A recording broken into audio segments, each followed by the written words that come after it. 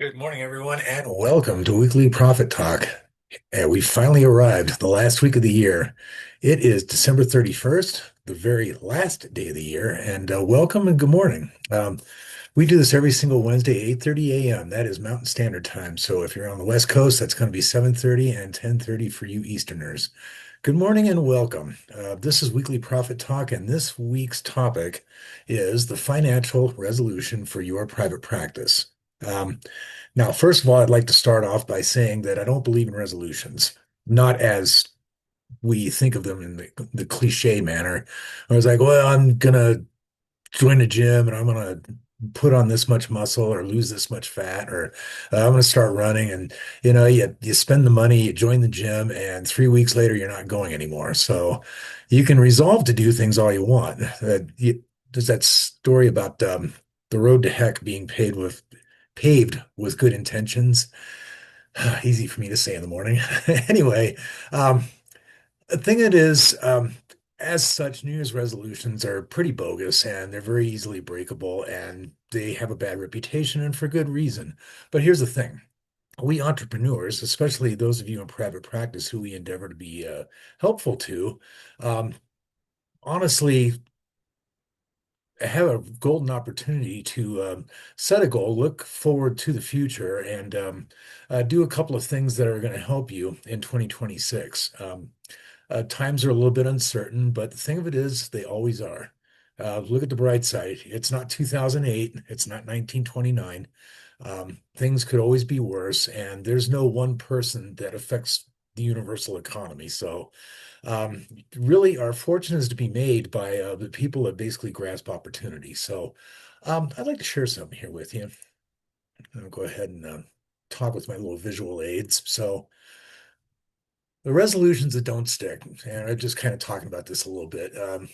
As far as your business goes, traditional financial resolutions sound just awesome. I'll keep better records. I'll get more involved in my bookkeeping. I'm going to understand my profit and loss statement better. That all sounds pretty good. But the answer to your financial stress, as I'm saying here, isn't doing more. It's doing less of what you shouldn't be doing in the first place. And I think I left the word you out of that, so forgive me. Sorry. But essentially, you want to be a leader and not a worker. If you're a CEO, act like one. So let's move on to the next thing here. Here's a resolution worth making. Stop resolving to be a better accountant. Resolve to become a better practice owner and physician instead. Okay. The accountant mentality says, I need to learn more, do more, control more. And that's not necessarily true, but for a person that isn't an accountant, it certainly is. Owner mentality says, I need the right people handling the right responsibilities. Trust yourself to do what you're trained to do. After all, you're asking your patients to do that. Am I right? Absolutely.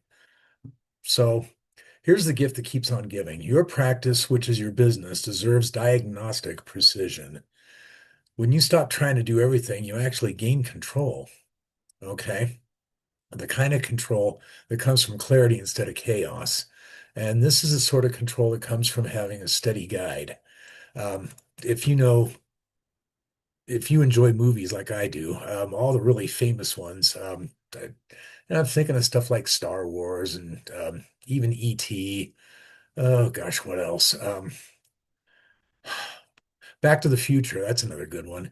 You think that there's a main character, but there's somebody that basically acts as a guide or a mentor to that character and basically assists them through their journey. And that's what a good accountant can do for you.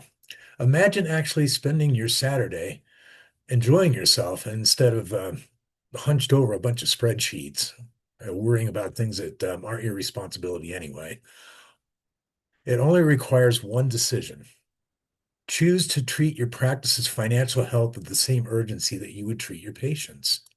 It's just that simple. So, I'd like to keep this one short this week. Main thing is we're wrapping up a very long year and next year's beginning. If you are one of my clients, it's estimated tax payment season. And if you're not, it still is. The fourth and final estimated tax payment is due on January 15th.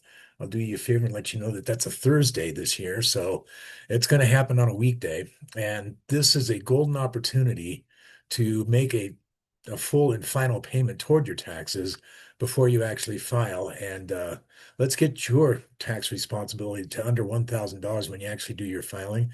And then you'll look forward to it, right? Rather than dreading it and wondering what's going to happen.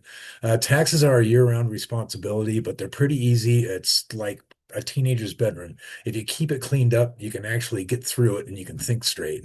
And your business is the same way. So let me leave you with that happy thought. And I hope that we're going to have an incredible 2026 together. May you live long and prosper and have an amazing day and evening. And we'll see you next year, all the cliche things. Last thing I'd like to leave you with is sometime tonight or even after midnight tonight, if you have a chance, do something randomly kind for a stranger.